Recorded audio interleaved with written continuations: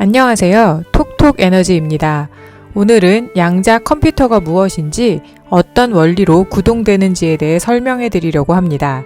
처음 컴퓨터가 나왔을 때 비하면 현재의 컴퓨터는 엄청나게 빨라지고 처리하는 양도 많아지고 속도도 빨라졌음에도 크기는 더 작아졌습니다. 이를 위해 엔지니어들은 컴퓨터의 중앙 처리 장치인 CPU와 메모리의 회로를 가능한 작게 만들기 위해 노력하여 회로의 선폭은 불과 14나노미터에 이릅니다.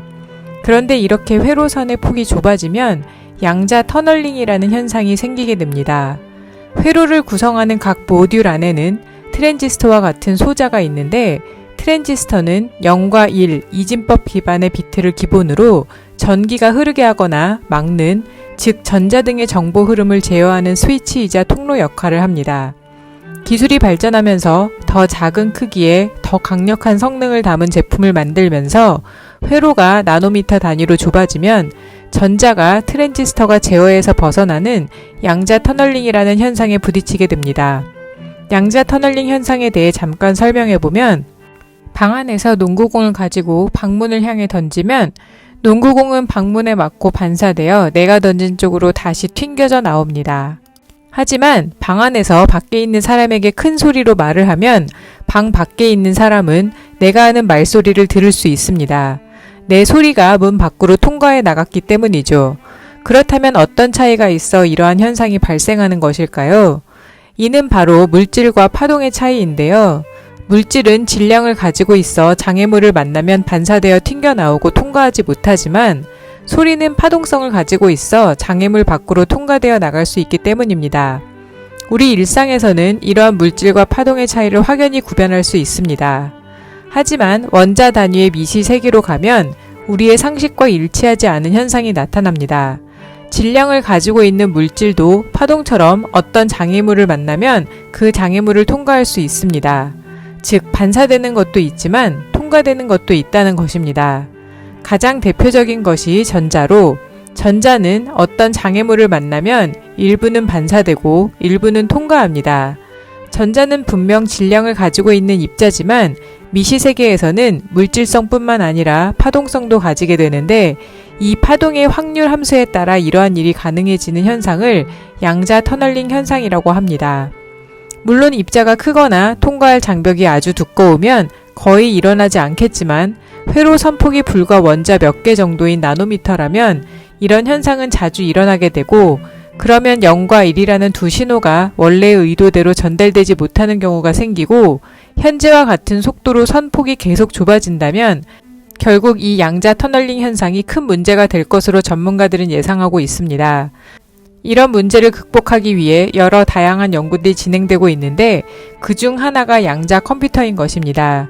일반 컴퓨터는 비트를 기본 정보 단위로 쓰는데 이는 0과 1이라는 두 가지 상태 중 하나를 선택하는 것입니다. 실제로는 트랜지스터에서 전기를 켜고 끄는 두 상태에 0과 1을 부여합니다. 즉 한 개의 트랜지스터가 하나의 정보 단위가 되며 이를 1비트라고 합니다. 그러므로 트랜지스터가 두 개가 되면 00, 01, 10, 11이라는 네 가지 정보 중 하나를 선택할 수 있지요. 양자 컴퓨터는 큐비트라는 단위를 쓰는데 기본적으로 하나의 큐비트가 4개의 정보를 담을 수 있습니다. 비트가 트랜지스터가 전기를 켜고 끄는 것에 의해 결정되듯이 큐비트는 전자의 스핀 방향에 의해 결정됩니다. 아주 작은 미시세계에서의 입자는 관측되기 전에는 두 가지 상태가 중첩된 형태로 존재합니다. 관측되기 전에는 50%의 확률로 두 상태가 존재하는 양자 중첩 상태인 것이죠. 즉 전자의 스핀은 두 가지 상태로 관측 전에는 둘 다 확률적으로 존재하며 중첩된 상태이다가 연산을 하면 큐비트를 관측하게 되는데 이때 해당 큐비트의 스핀 방향, 즉 주어진 자기장의 방향과 같은지 아니면 반대인지에 따라 0과 1로 결정이 됩니다. 기존의 비트는 00, 01, 10, 11 등의 상태에 두 개의 숫자가 생깁니다. 즉 두 개의 정보로 네 가지 상태를 표현할 수 있는 것이죠. 그러나 큐비트의 경우 양자 중첩에 의해 확률로 존재하기 때문에 그 확률을 표현하는 개수를 포함하여 네 개의 개수가 존재합니다. 그래서 양자 중첩이 기존의 트랜지스터보다 2배 많은 연산을 할 수 있고, 이를 통해 기존의 컴퓨터 대비 2제곱배 많은 연산을 하게 됩니다.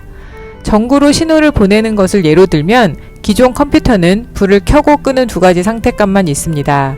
쉽고 간편하게 정보를 전달할 수 있지만 한 번에 하나의 정보만 전달하므로 의미 있는 특정 정보를 전달하려면 모스 부호와 같은 규칙에 맞춰 전구를 여러 번 깜빡여야 합니다.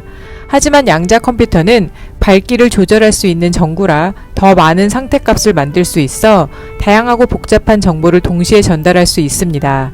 그러므로 기존 컴퓨터로 10억 년이 걸리는 계산식을 양자 컴퓨터는 100초 내에 끝낼 수 있어 단순히 현재 성능을 뛰어넘는 것은 물론 기존에는 상상할 수 없었던 일을 실현시킬 수 있게 되는 것입니다.